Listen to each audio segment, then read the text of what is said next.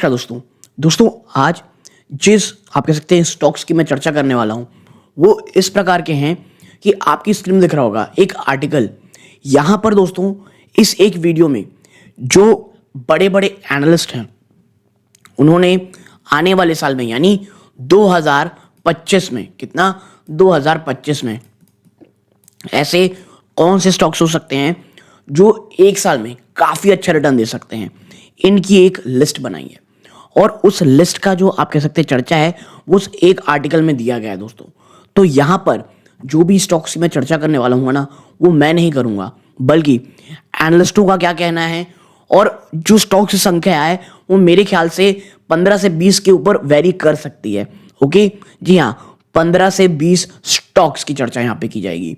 और इसके साथ ही साथ टारगेट्स कितने रहेंगी इसकी भी यहाँ पे मेंशन किया गया है। और आने वाले समय में बाजार किस तरह से रिएक्ट कर सकता है, इन्वेस्टमेंट साइकिल किस प्रकार की हो सकती है, और भी बहुत सारी चीज़। यानी मैं बता दूं वन स्टॉप सोल्यूशन ये पूरा वीडियो होने वाला है। यदि आप ऐसा कोई वीडियो खोज रहे थे कि एक एटलीस्ट वॉच लिस्ट तैयार हो जाए कि आने वाले सालों पे वो आने वाले साल पे, सालों नहीं कहना चाहिए, एटलीस्ट आने वाले साल पे वो कौन से स्टॉक्स हो सकते हैं जो आपकी नज़र पे हो, जहां पर अगर गिरावट होती है तो शायद वो एक बाइंग की अपॉर्चुनिटी हो सकती है, या एटलीस्ट अगर उसमें गिरावट होती है तो आप फर्दर रिसर्च उसमें कर सकते हो।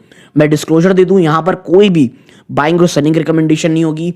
जो भी इंफॉर्मेशन इंटरनेट में अवेलेबल है बस उसे ही कंपाइल करके मैं आपके सामने लेकर के आया हूं दोस्तों। ओके, तो देखिए आर्टिकल की शुरुआत बहुत ही शानदार तरीके से हुई। यहाँ पे लिखा गया है कि भाई 2024 में जो इक्विटी मार्केट है वो काफ़ी हद तक मजबूत रहा, रेजिलिएंट रहा, और जो बेंचमार्क है निफ्टी 50 वो लगभग 9% की आपको जंप दिखाया अभी तक, ठीक है, ईयर ऑन डेट। और इन्वेस्टर्स जो नया कैलेंडर साइकिल है उसके लिए अब तैयार हो रहे हैं, अपने आप को ब्रेस कर रहे हैं। और जो एनालिस्ट हैं जो कहां पर टॉप ब्रोकरेज में, उन्होंने अपनी स्टॉक्स पिक्स को ना 2025 के लिए बताई है।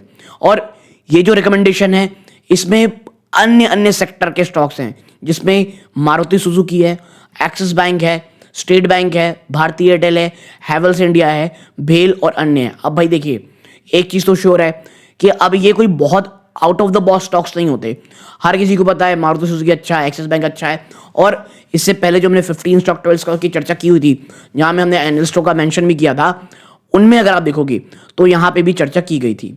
और जब वो ये शेयर कर रहे थे ना इस रिकमेंडेशन को, एनालिस्टों ने ये भी इस बात का अकाउंट में लिया है कि जो मैक्रो इकोनॉमिक पैरामीटर हैं जिसमें क्या क्या इंक्लूड किया जाता है, जो ग्रॉस डोमेस्टिक प्रोडक्ट की ग्रोथ की जो रफ्तार है, पेस है, और likely initiation of rate cut cycle by the RBI. तो जो आने वाले समय में रेट कट साइकिल आपको देखने को मिलेंगे उसको भी ध्यान में रखा गया है। और देखिए रेट कट साइकिल होगा, सबसे ज्यादा किसको पता होगा फायदा होगा? हाउसिंग फाइनेंस कंपनीज को, ओके, रियल एस्टेट कंपनीज को, ठीक है। आप यहां पे देखें जेफरीज ने ना अपने आउटलुक में जो निफ्टी 50 को टू स्केल 26,600 बाय दिसंबर 25 जो इंप्लाई करता है अ रिटर्न ऑफ अबाउट 10%, जो ईपीएस है वो लगभग 13% से बढ़ती दिखाई देगी 2026 में फिस्कल, और जो कैलेंडर 2025 में इन्होंने ऐड किया है। इसके साथ ही साथ जो द इन्वेस्टमेंट अप साइकिल ये अभी 4 से 5 सालों में और जारी रहेगी। और मैं आपको बता दूं आने वाला जो 5 साल है ना, ये मुझे ऐसा लगता है ये वन ऑफ द बेस्ट साल होने वाले हैं भारतीय बाजारों के लिए, ठीक है। अच्छा देखिए, ये जब मैं कहता हूं 5 साल क्या उसके बाद नहीं भागेगा, ऐसा नहीं होता है।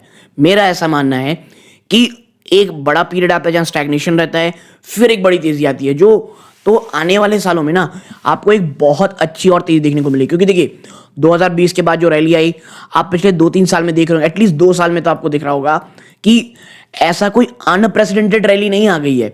एक स्टेडी जिस प्रकार के होना चाहिए 8 से 9%, 10% का जो तेजी, वो बस आपको देखने को मिल रहा है। और यही कारण है, ये जो आप कह सकते हैं, ये किसका मानना है? ये मानना है महेश नंदुरकर जी का और अभिनव सिन्हा जी का, जो जेफरीज में एनालिस्ट हैं, ठीक है। और यहां पे कहा गया है कि जो मैक्रो फ्रंट में अगर आप देखेंगे तो एक्सपेक्ट ये किया जाए जो आरबीआई है दोस्तों, वो अपने रेपो रेट को, जी हां, 25 बेसिस पॉइंट की चर्चा करेगी। बट कीवर्ड याद रखिएगा, इन्फ्लेशन। भाई साहब अगर इन्फ्लेशन ही ऊपर रहेगा तो आप क्या करोगे? तो इन्फ्लेशन को हमको ध्यान में जरूर से जरूर रखना पड़ेगा दोस्तों, ठीक है। तो अब आगे हम वो कौन से स्टॉक्स के इसके ऊपर चर्चा करेंगे, बट आगे बढ़ने से पहले दोस्तों आपकी स्क्रीन में दिख रहा होगा 16% ऐसे व्यूअर हैं जो हमारा वीडियो देखते हैं और चैनल को सब्सक्राइब कर रखे हैं। आप सभी का बहुत बहुत धन्यवाद। बट 84% ऐसे व्यूअर हैं जो हमारा वीडियो देखते तो हैं लेकिन चैनल सब्सक्राइब नहीं कर रखे हैं। आपका भी बहुत बहुत धन्यवाद कि आप वीडियो देख रहे हैं, बट प्लीज सब्सक्राइब करें, ऑल नोटिफिकेशन जरूर दबाएं। आपका एक छोटा सा ही कदम ना बहुत मोटिवेशन मिलता है दोस्तों, चैनल की ग्रोथ में बहुत सहायता करता है। और मैं बता दूं आपको पूरी की पूरी टीम बहुत ज़्यादा मोटिवेटेड रहती है, इसीलिए प्लीज़ चैनल को सब्सक्राइब करके ऑल नोटिफिकेशन दबाएं। आपका एक छोटा सा कदम बहुत मोटिवेशन करता है। अब चलते हैं आगे। देखिए आप देखें कि अगर आप जो की रिकमेंडेशन है दो जेफरीज के एनालिस्ट की, तो उनका ये मानना है कि ICICI bank, Axis bank, SBI, भारतीय Airtel, JSW energy limited, TVS motor company, coal India, Godrej property और सन फार्मास्यूटिकल इंडस्ट्रीज ये इनके टॉप पिक्स में हैं। और जो ओवरवेट बैंक्स हैं उनका इनका अभी तक का हाईएस्ट कन्विक्शन आइडिया है। और उन्होंने ये कहा है, जब वो ये ऐड कर रहे थे ना, वो लार्ज कैप स्टॉक्स को प्रेफर कर रहे हैं स्मॉल और मिड कैप। और मुझे ऐसा लगता है कि आने वाला समय सच में लार्ज कैप जो ब्लू चिप स्टॉक्स हैं उनकी तरफ ज्यादा फोकस होगा, ना कि मिड और स्मॉल कैप। और लार्ज कैप आने वाले समय में ज्यादा अच्छे रिटर्न आपको देता हुआ दिखाई देगा। और बात करें एनालिस्टों की एचएसबीसी में, जो कि काफी बुलिश साउंड करते हैं दोस्तों रियल एस्टेट स्टॉक्स को लेकर के, वो ये एक्सपेक्ट कर रहे हैं कि ये जो सेक्टर है ये रीबाउंड होती दिखाई देगा आपको 2024 के एक वीक के बाद, ठीक है, वीक 2024 के बाद। और जो मेगा लॉन्चेस हैं अपकमिंग कैलेंडर ईयर में, ये बहुत ही मजबूती के साथ एक स्ट्रॉन्ग प्री सेल बेस बनाएंगे, ये मानना है पुनीत गुलाटी और अक्षय मल्होत्रा जी का। पुनीत गुलाटी जी और अक्षय मल्होत्रा जी का, ये दोनों ही एनालिस्ट हैं जो कवर करते हैं पावर और रियल एस्टेट सेक्टर को एचएसबीसी में। ओके, तो जेफरीज के बाद ये एचएसबीसी का मानना था। और जो रियल एस्टेट में डिमांड की ग्रोथ है दोस्तों, वो आपको एक पिवट होती दिखाई देगी मिड इनकम हाउसिंग की ओर, ठीक है। यानी अभी देखेंगे आप 2024 जो गया है वहां पे रियल एस्टेट में सबसे ज्यादा डिमांड थी वो प्रीमियम हाउसिंग में थी, अब वो मिड इनकम हाउसिंग में रहेगी, उन्होंने यह भी ऐड किया। और एनालिस्ट का ये मानना है जो सेक्टर इस स्टॉक से बेनिफिट होंगे, उनका जो पोटेंशियल होगा रेट कट का आरबीआई के दौर, यानी आरबीआई की जो रेट कट जब आएगी वो बहुत बहुत ज्यादा एक आप कह सकते हैं फायदा देगी, या आप कह सकते हैं बहुत ज्यादा मोटिवेट करेगी इन तमाम स्टॉक को आगे बढ़ने में, ठीक है।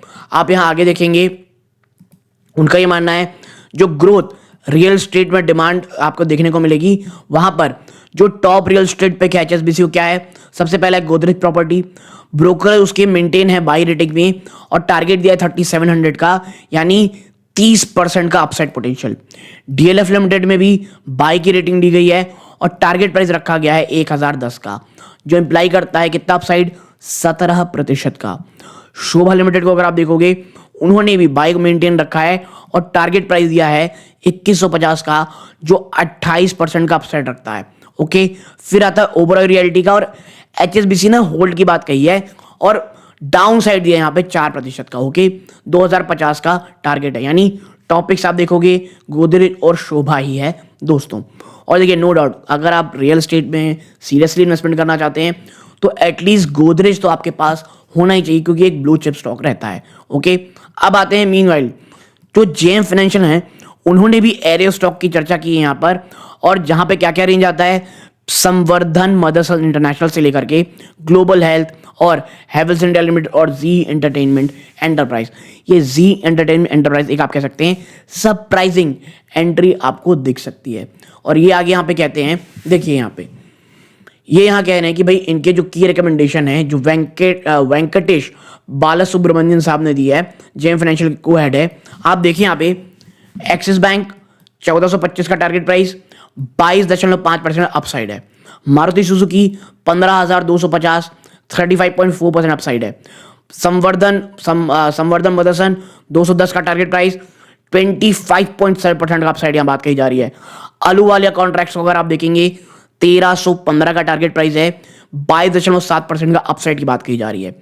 केपीआईटी टेक्नोलॉजीज 2040 का टारगेट प्राइस है, 33.15 का अपसाइड है।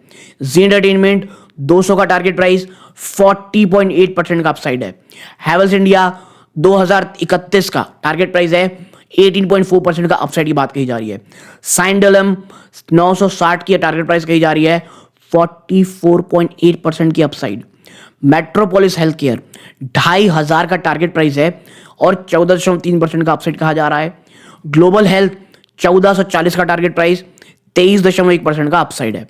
भेल 371 का टारगेट प्राइस है 49% अपसाइड, यानी ऑलमोस्ट 50% का अपसाइड यहां पे भेल पे कही जा रही है। तो मैं यहां पॉज कर दूंगा, अगर आप देखना चाहते हैं तो आप यहां से आराम से देख सकते हैं पॉज करके। ओके, नाउ नेक्स्ट क्या है? नेक्स्ट आप देखेंगे यहां पे बात कही जा रही है कि जो मोतीलाल ओसवाल है दोस्तों, उनकी मैंने कही मान, उन्होंने अपने नोट में कहा है कि जो फर्स्ट हाफ है ना 2025 का, वो मार्केट में कंसोलिडेशन दिखाएगा, जबकि जो रिकवरी कही जा रही है वो सेकेंड हाफ में देखने को मिलेगी। यानी जो फर्स्ट हाफ है वहां से कोई एक्स्ट्रॉर्डनरी आप कह सकते हैं तेजी या कुछ की चर्चा ना करें, बल्कि सेकेंड हाफ में आप देखेंगे तो आपको रिकवरी देखने को मिलेगी। और जो आरबीआई का रेट कट की एक्सपेक्टेड है वो फरवरी 2025 कही जा रही है। और अलॉन्ग विद जो रेट कट्स है यूएस में और जो अमेरिकन ट्रेड पॉलिसी में जो आप अंतर देखेंगे, चेंज देखेंगे ना अंडर डोनाल्ड ट्रम्प प्रेसिडेंसी, ये भी मार्केट को थोड़ा वॉलेटिलिटी प्रदान करेगा। ठीक है, क्योंकि देखिए ट्रम्प अभी जो कह रहे हैं, ठीक है, जब वो आते हैं, जब वो इधर उधर देखते हैं, आखिर में क्या निर्णय लेते हैं, ये बहुत इंपॉर्टेंट होगा।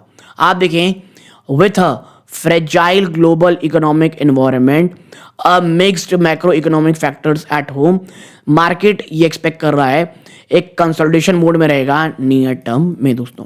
ठीक है, तो मुझे ऐसा लगता है चाहे वो स्टॉक पिक्स हो, आने वाले साल में किस प्रकार का बाजार रहेगा, और भी तमाम चीजें इस एक आर्टिकल में आपको मिल चुकी होंगी। ठीक है, तो अगर ये वीडियो अच्छा लगा हो प्लीज वीडियो को लाइक करके चैनल सब्सक्राइब जरूर कीजिएगा। यहां तक जुड़े रहे बहुत बहुत धन्यवाद। ये इस वीडियो का अंत है। जय हिंद।